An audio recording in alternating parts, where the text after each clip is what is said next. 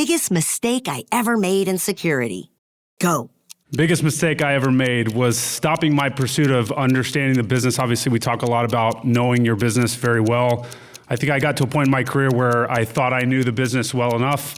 Long story short, came to a head in a very senior risk management discussion where I had sort of lost sight and loss of my business understanding, which resulted in me telling a very different story about a particular risk category when the business was viewing that risk category very, very differently than me at the time. You're listening to CISO Series Podcast, recorded in front of a live audience in Florida.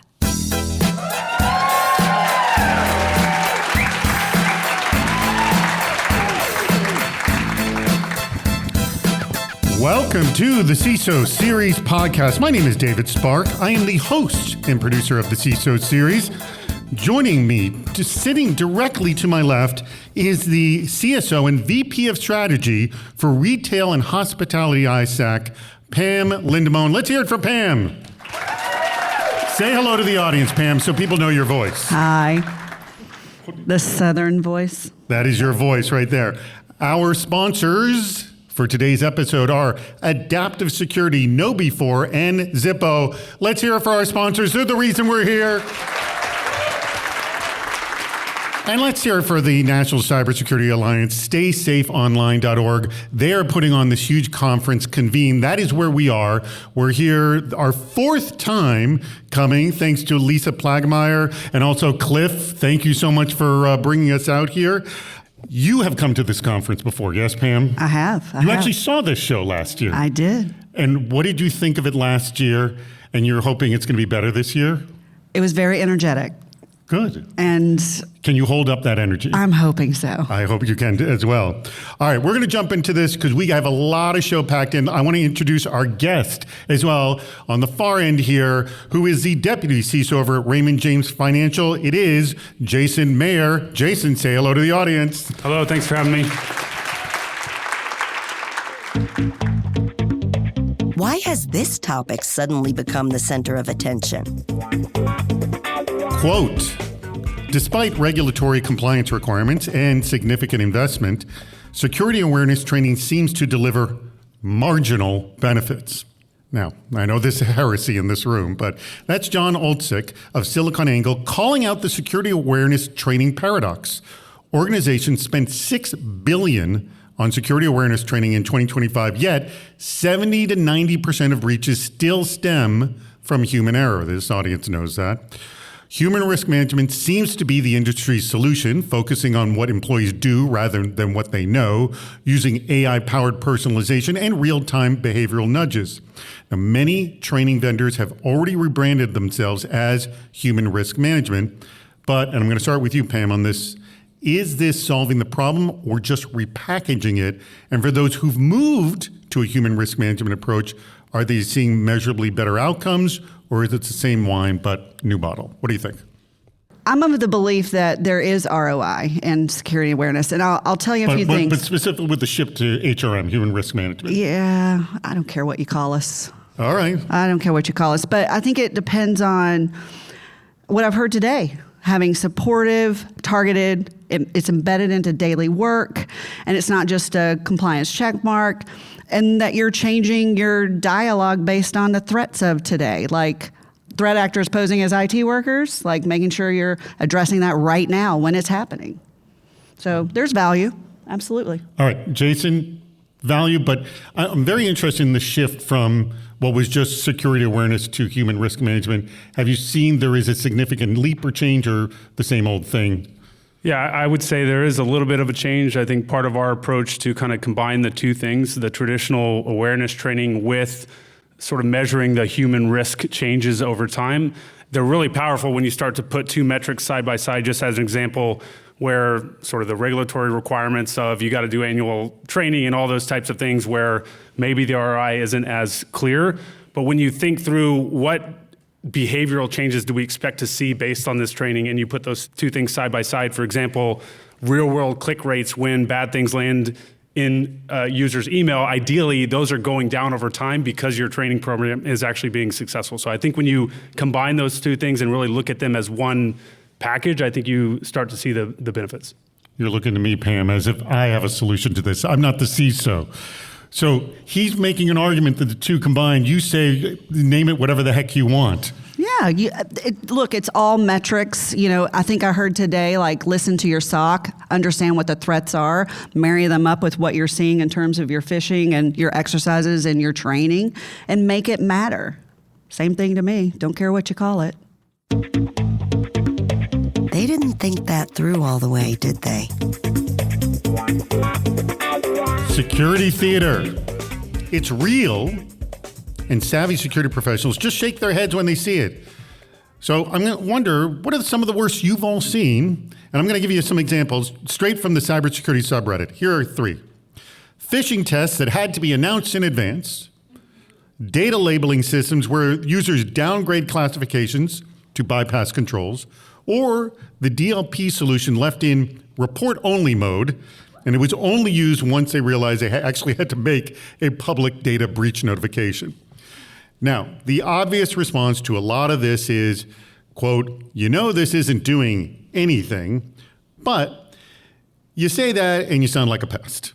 So I'm going to start with you, Jason. How do you make real change in security theater controls? We've all seen it. Even if they argue back, well, this is the way we've been doing it for years. I mean, you've seen it. How do you politely say, we got to stop this? It's not effective. Yeah, I would position it more as not we have to stop this, but we have to change this to make it more valuable. The example, and as a disclaimer, the third-party risk team reports into my organization, so this is going to come off as a pretty hot take, but the third-party risk process, sort of the security questionnaire, collecting a policy or standard, I think for the last decade or plus, I would categorize as almost security theater, right? Just to make sure we have something on file, that we've done some due diligence.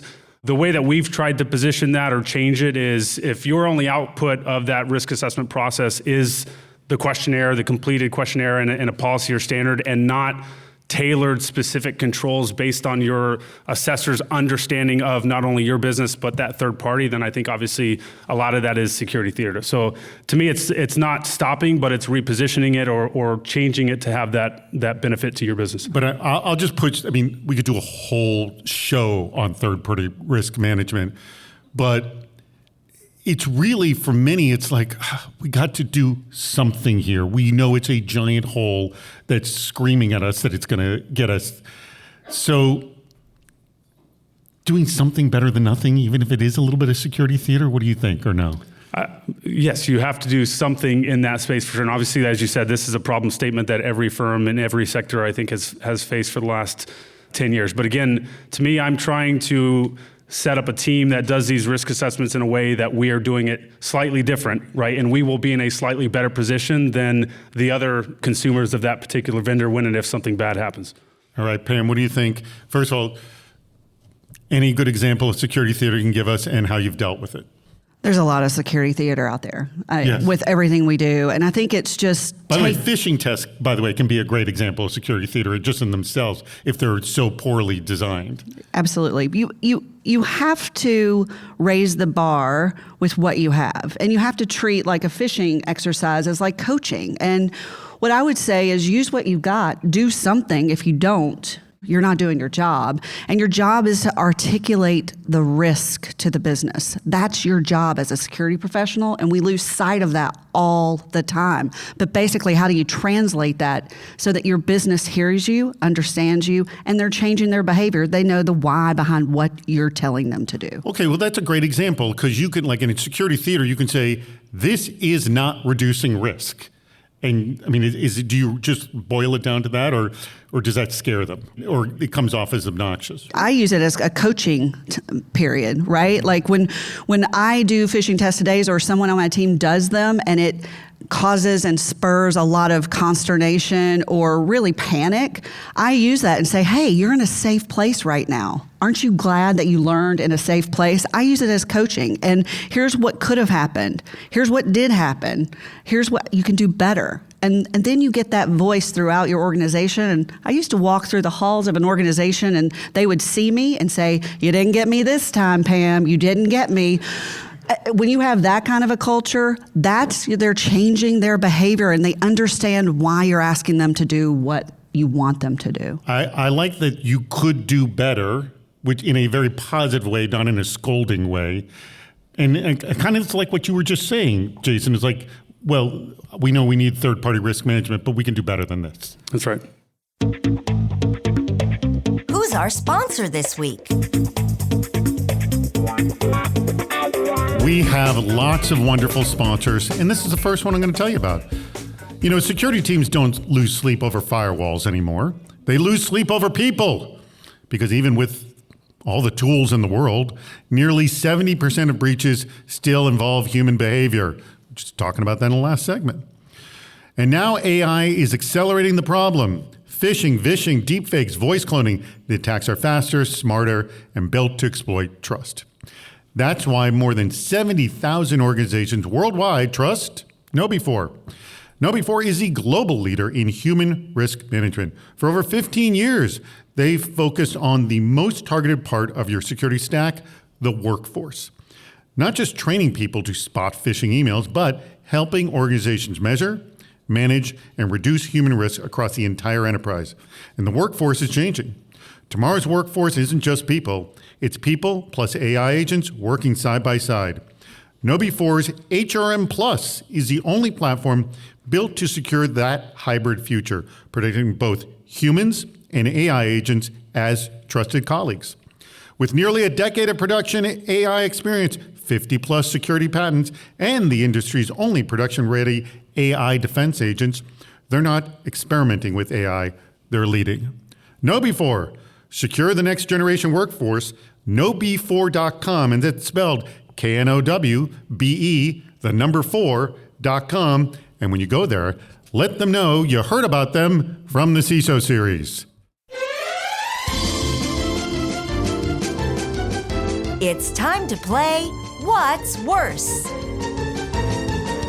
For those of you who are not familiar with this, What's Worse? It's a game we've been playing since episode 1 of the CISO series, and it is exactly what it sounds like. Pretty simple to follow. Our fans, they send in scenarios, horrible scenarios. They both stink, and you have to determine, and we will get the audience's vote as well, which one of these two scenarios is worse. All right, I will have you, Pam, answer first, and we want to hear your reasoning on this. It comes from Jonathan Waldrop, CISO over at Acoustic, and here are his two scenarios. Scenario number 1, an enforced policy on phishing simulations. 3 strikes, you're fired. Not good. Or security awareness training conducted weekly for 1 hour, mandatory attendance. Ooh, God, that one got some murmurs. Which one's worse? Weekly training. Okay, I want to hear your rationale because I'll argue back on the other one. So why is weekly training so much worse? People will get numb to it. They'll just ignore you. Weekly training? I don't want to do anything weekly. I don't work out weekly. All right, so it essentially, the effectiveness will just start to decline and decline. Absolutely. You don't think, like, what if you had the best, most creative weekly training and people would look forward to, like you get these fun videos that we saw before. That still wouldn't work? I don't watch anything that much. Nothing. You don't have a series you like to watch? Yeah, but not every week. I watch it when I want to watch it. I'm a human. I don't know. I think many of the vendors here would argue that their training is so entertaining you would want to watch it every week. Okay, try me. Don't think so. All right, well, don't think so. You heard that. She's up for the challenge, vendors, by the way. All right, I would also argue that the other scenario is pretty bad because you've now created a sort of a fear economy at your company. So I totally agree, but you made me choose one. That is true. Absolutely so you think agree with that's you. worse than the fear economy that you've created? Yes, because no one's going to listen to you. They're just going to be numb to you. At least I'm giving somebody 3 chances and they're out. At least they get 3 chances. I don't have a choice to watch something every single week. That is a good point because it's mandatory. There's but nothing mandatory wrong with that you're fired. A little healthy fear is not a bad thing either, I would say. All right. So what do you think? Do you agree or disagree here with Pam? I would agree. Honestly, I know we're not talking about ROI yet, but Well, no, ROI that could be a factor. The cost of those meetings when you're talking about bringing in your business users would get very high very fast, and I think it would be nearly impossible to show the ROI of those weekly meetings if at some point you were asked to do so. So I agree with Pam on this one. All right, I'm guessing the audience agrees because of the gasps that we heard when I mentioned it. But I'm going to just argue, you don't think the fear that was created by the 3 strikes and you're out wouldn't be worse? You No. still think the other one would be worse? I do, yeah. It's All your right. podcast, but I'm going with Pam on this one. All right, I'm going to the audience here. I want to see, by applause, how many people think essentially the first scenario, 3 strikes and you're out, that is worse than the mandatory hourly training. By applause if you think that one's the worst. All right, 3 to 4, about 4 people I think I see. All right. For those of you who gasped, how many people think, like my 2 guests on stage, the mandatory hourly training every week is far worse? By applause. Yes. There we go. All right. You got agreement from the audience. What is Dave's mom talking about? All right, this is our next game. And here's how this game is played. My mother is going to be surprised, not so savvy about cybersecurity. But she is supportive of her son, and when I come up with a stupid idea for a game, she's happy to play along.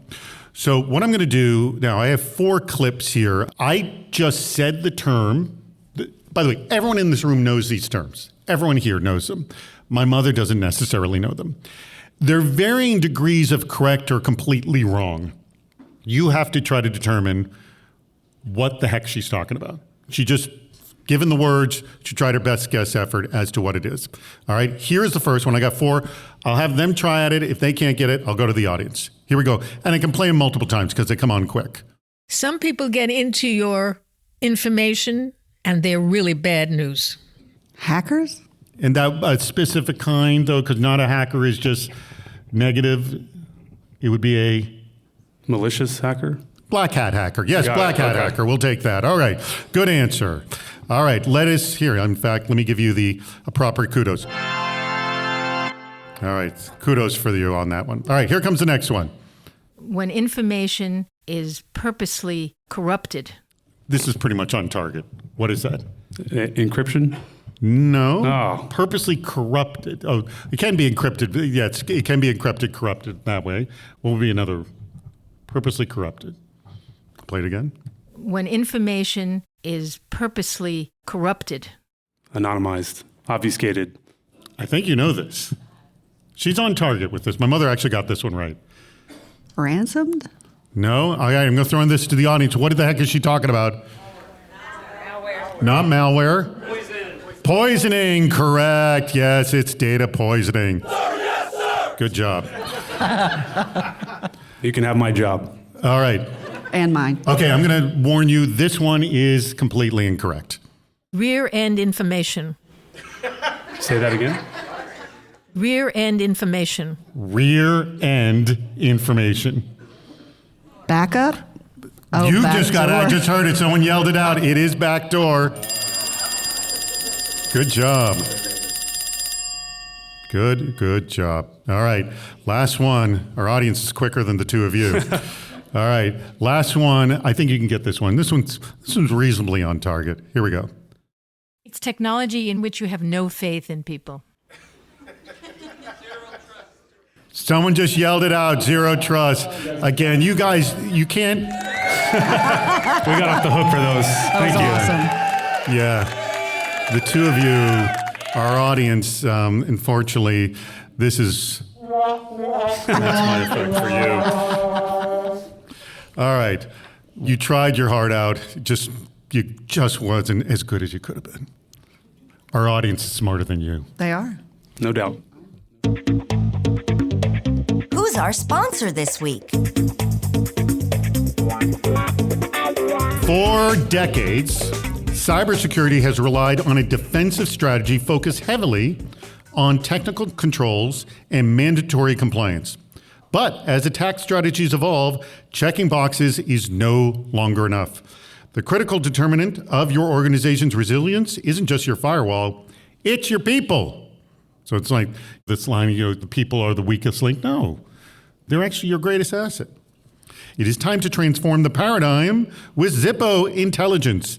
Now, Zippo is a human risk management platform that moves you beyond simple compliance tracking to building verifiable human capability. They don't aim to just fix your employees. Ever try to fix a spouse? That never works. They enable their mastery. I like that, mastery.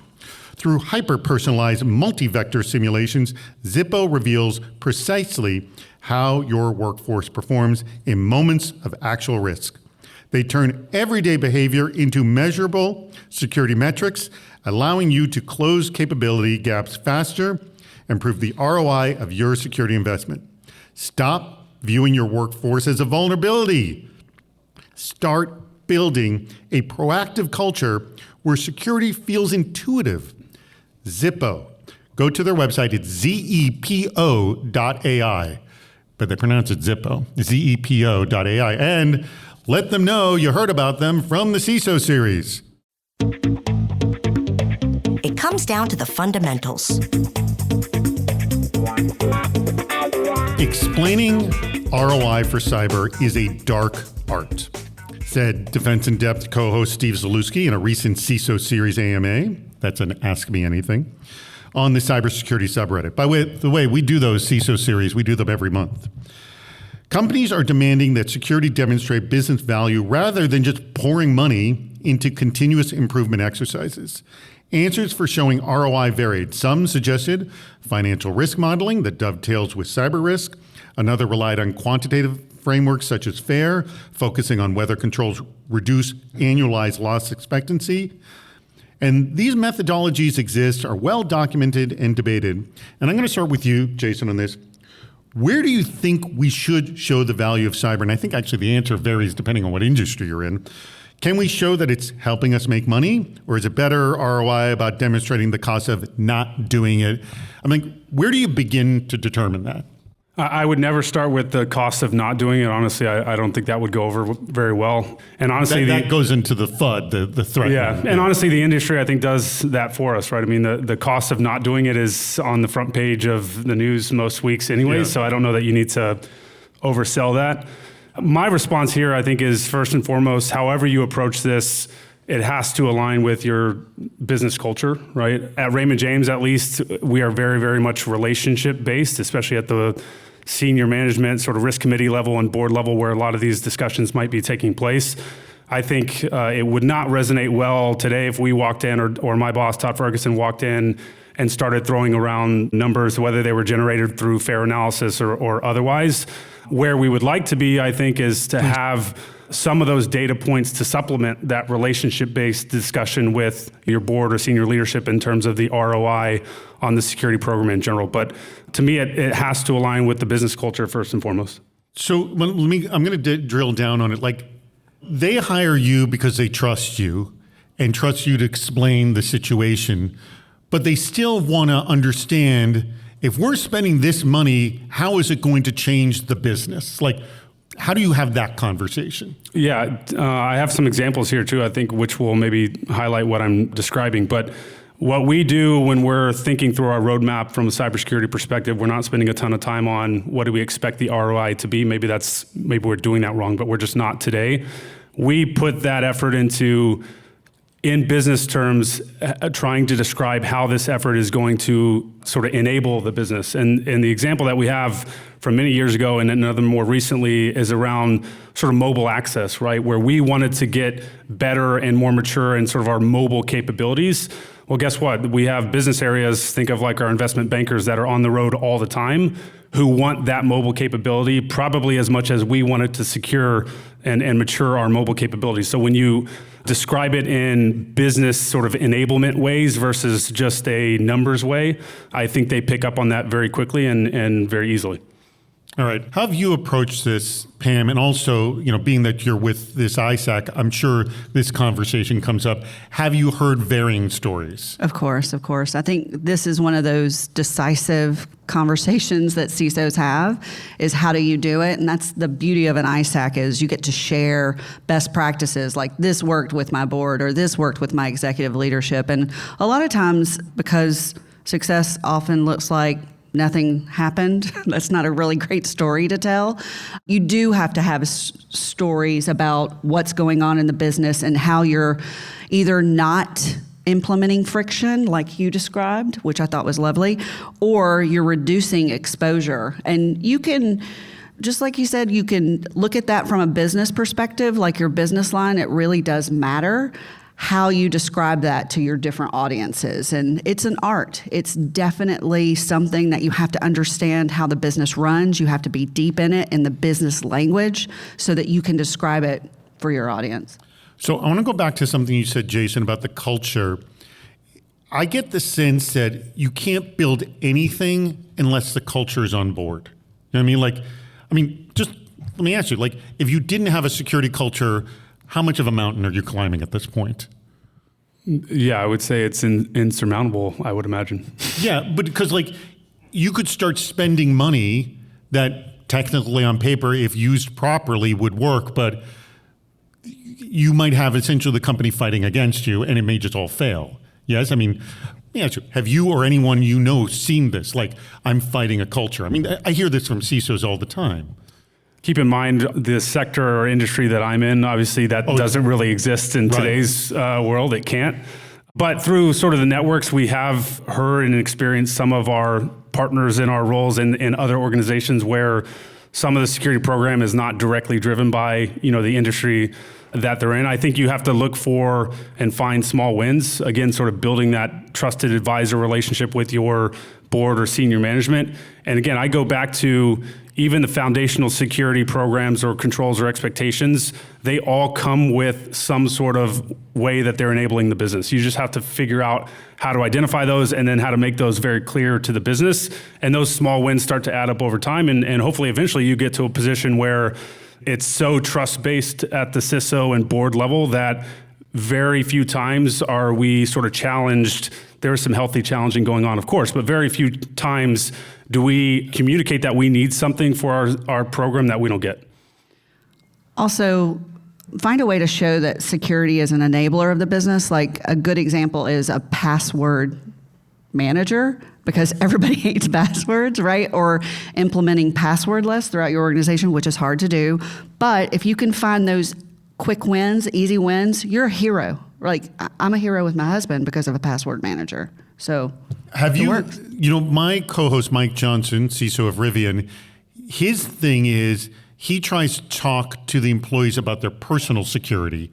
And if he does that first, then they understand business security, because if you can't get them to understand their own security, I mean, that's a crazy logical leap to business security. Yes, you're both nodding your heads. I don't think it's a crazy leap. I use it all the time. No, I'm saying if you don't do it, it's a crazy absolutely. leap. Yes, I think that's a great way to get a win and to be seen. Have you done that, Jason? 100%. We actually on our intranet, not only do we have information about our standard enterprise security program, but we actually have a tab that says, click here to kind of view some personal recommendations for your day-to-day life. Managing security changes for business optimization. When you can show the value of security, it can drive a big impact. Now, a well-developed security program influences go-to-market strategy, product velocity, customer trust, and brand reputation, said Rinki Sethi, who's a CISO over at Upwind Security. Knowing this, CISOs should be operating as business architects rather than just being in charge of their division. The days of relying on dashboards for health checks are over. It's not about visibility, but context to business operations. So security leaders are measured on velocity, adaptability, and decision-making under pressure, aka resilience, rather than proving maturity or compliance. Now, if we're trying to build a security culture across the business, shouldn't we first be creating a business culture within the security team? So I'll start with you, Pam. We already expect CISOs to be doing this, but how do you get the rest of the security team involved of having a business culture? I had a leader once that I looked back to when I read this question early on, and it was, this person would ask us why, no less than 5 times. Every answer, they would say, why? So if you think about this, not in a gotcha way, but to force you to think through and to slow down and to really why are we doing this? What's the reason? Why this control? Why this alert? Why now? And eventually, why does the business care? This is the Japanese philosophy, also the 5 whys, too, that digs down deep. And it can get uncomfortable because it's just not natural, but it does work. It really does work. And it also works really well when you're doing postmortems of a breach and you're trying to understand why something happened. You don't just go with the first answer. You have to keep digging down deeper. And if it's kind of like a snowball effect. If one person does it and you start hearing the team say it, like it's kind of interesting, right? You're building that within your security team, and it becomes a muscle that they all have and they all share. And then they start talking to each other, and then they start learning the business, sitting with the business. Like we used to do rotations with the business to kind of understand what the business leaders were going through, to kind of help us understand what our controls were doing to them. So it's a real easy way to get that culture changed. And for those of you not familiar with the Japanese philosophy, I believe it's the 5 whys. Yes, 5. The way it was described to me, so I wear a Fitbit. And so like if you ask someone, why do you wear a Fitbit? It's like, oh, I want to count my steps. And then you ask the question of why there? Why do you want to count your steps? Well, I want to stay healthy. Well, why do you want to stay healthy? Well, I want to be healthy for my kids. Well, why do you want to be healthy for your kids? Well, I don't want to die. So you realize like no one's going to say, why do you wear a Fitbit? I don't want to die as their first answer. But you can get to it if you keep asking. Jason, I'll go back to the original question I asked for Pam. How do you get the security team to have a business culture, which is what you have to do as a CISO? Mandatory 1-hour weekly meetings to talk about business.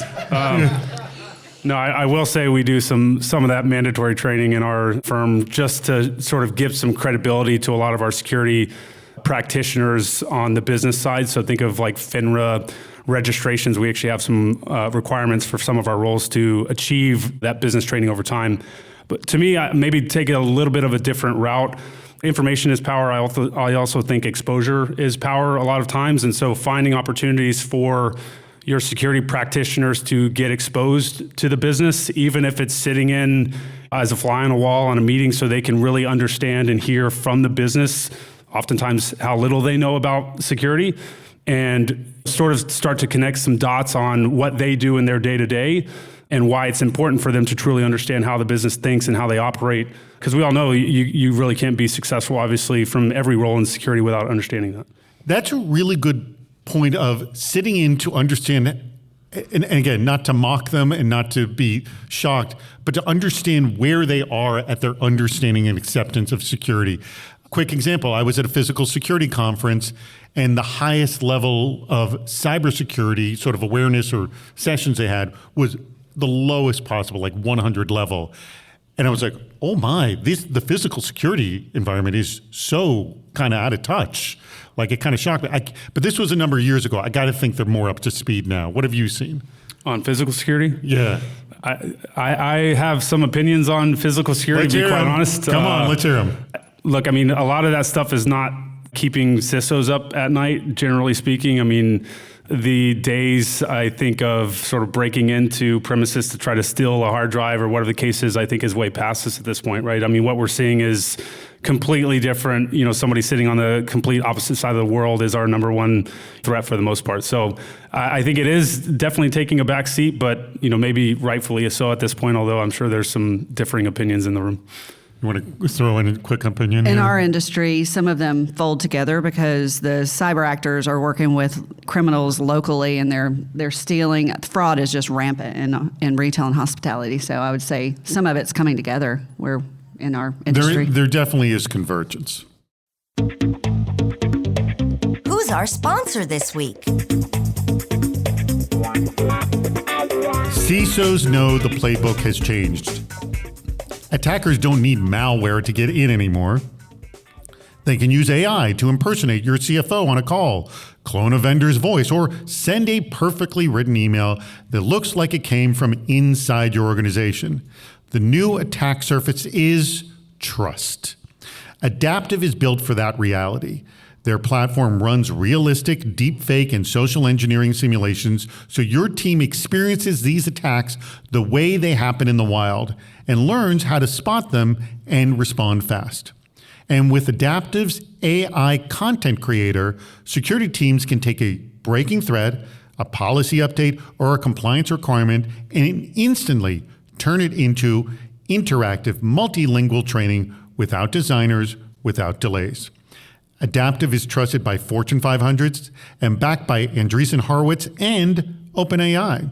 You can learn more by going to their website, adaptivesecurity.com. It is spelled exactly the way it sounds, adaptivesecurity.com. And as always, when you go there, let them know that you heard about them from the CISO series.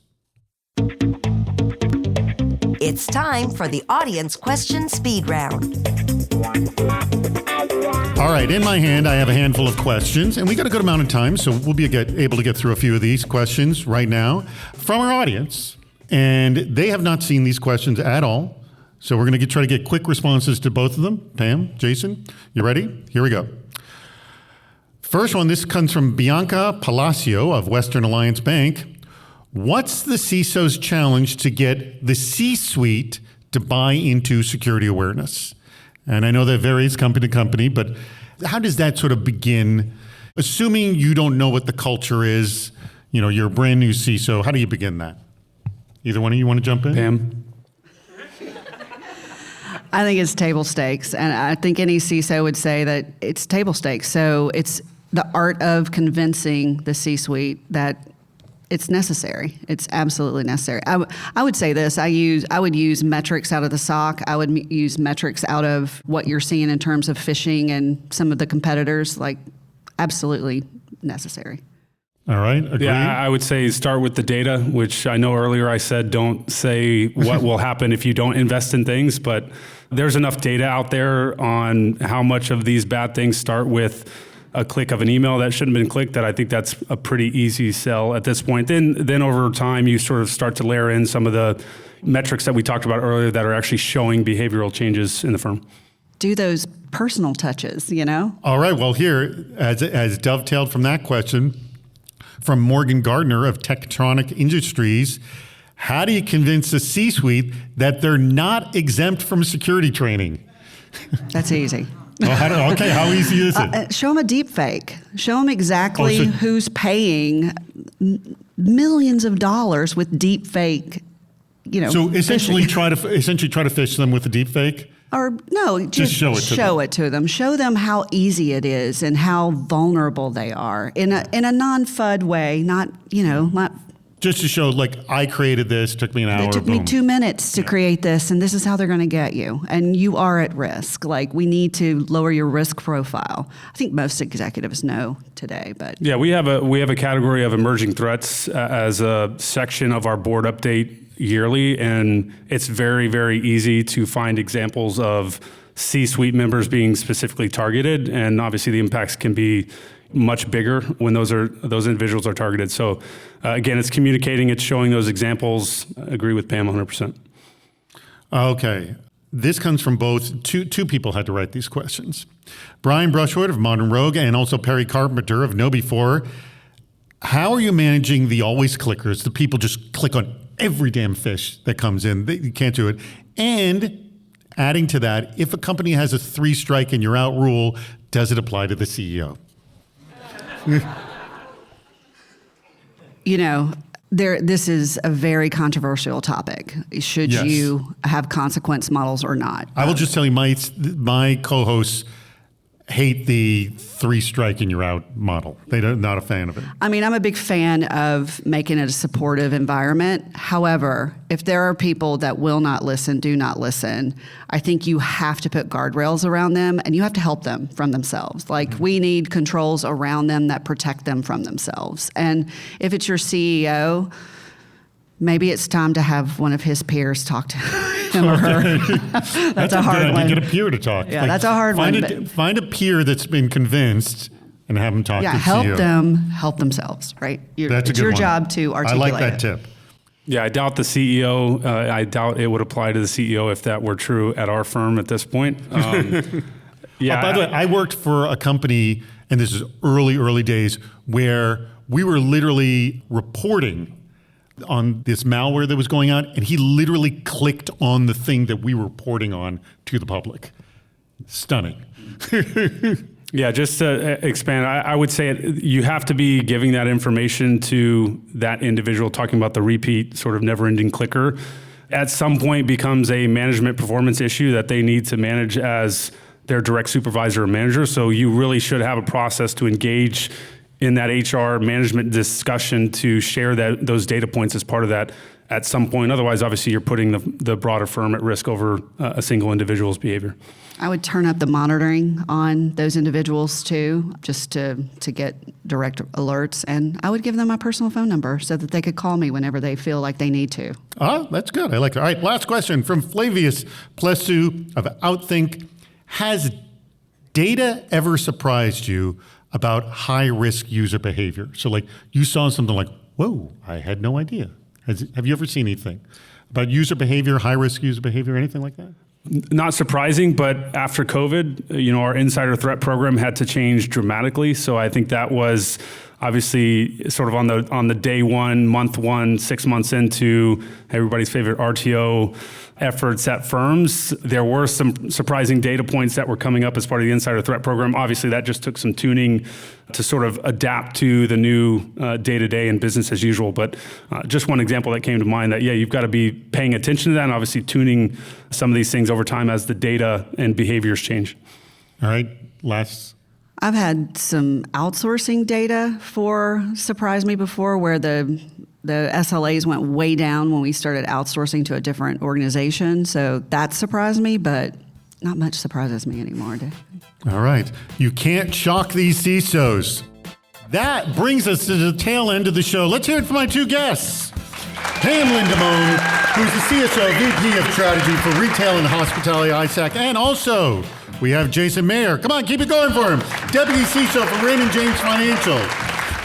Huge thanks to our sponsors, Adaptive Security, KnowBe4, Zippo. Go to their websites. Let them know that you heard about them from the CISO series. Let's hear it for them. We're here because of them. I do want to ask both of you, are you hiring over Raymond James? Yes? Yes. They are hiring. How would someone find out information? RaymondJames.com careers. RaymondJames.com/careers. And can someone contact you directly? 100%. Connect with me on LinkedIn. I'm happy to spend time. We will have the link to his profile on the episode.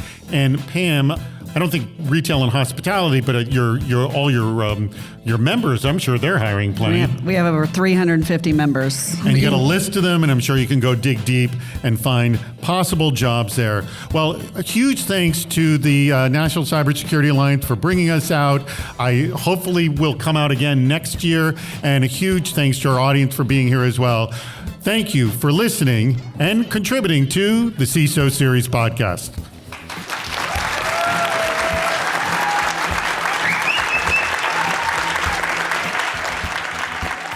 That wraps up another episode. If you haven't subscribed to the podcast, please do. We have lots more shows on our website, CISOseries.com. Please join us on Fridays for our live shows, Super Cyber Friday, our virtual meetup, and Cybersecurity Headlines Week in Review. This show thrives on your input. Go to the Participate menu on our site for plenty of ways to get involved, including recording a question or a comment for the show. If you're interested in sponsoring the podcast, contact David Spark directly at david@cisoseries.com. Thank you for listening to the CISO Series podcast.